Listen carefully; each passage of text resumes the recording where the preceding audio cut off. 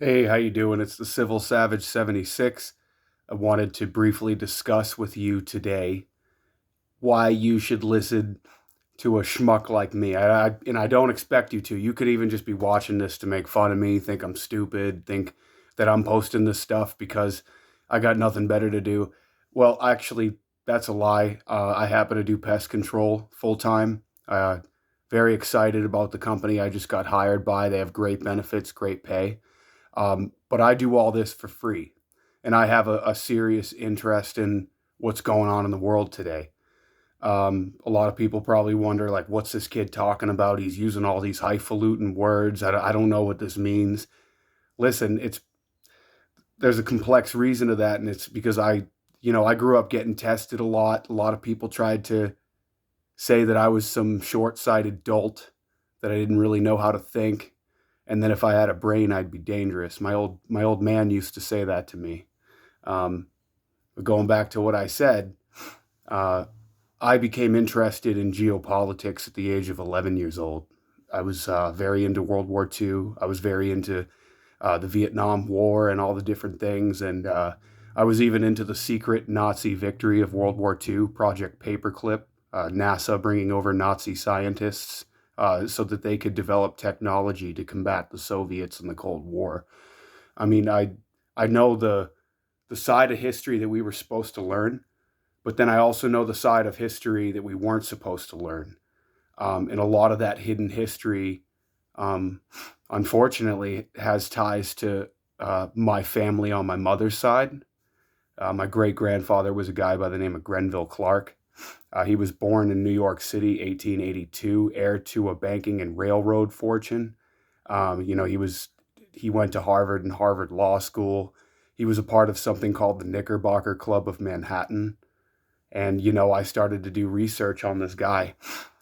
And as I dug deeper and deeper and deeper into the research that I did on my own family, I started breathing heavy and my heart started pounding. And that's because it's something that I was not privy to speaking about for a very long time. But lately, I have a lot of people who, they want to follow scientists and they want to follow people with degrees and things like that. And I respect that. I respect the fact that you want to find out from the experts, I guess, what's going on in the world. But now, in a world where you're seeing experts being useful idiots and set pieces, and then you're seeing the other experts sometimes not just being silenced, but even being murdered for them standing up against, this narrative regarding some things I can't mention in this video. But going forward, I was very shocked to find out what I'm ultimately blood related to. And it has to do with England, and it has to do with people who are in control of the central banking systems.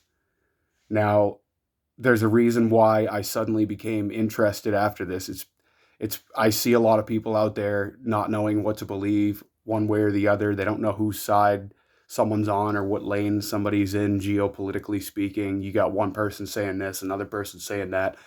So I started to look at it with an objective lens, and I figured out that, yeah, I'm from a family where there were a lot of secrets.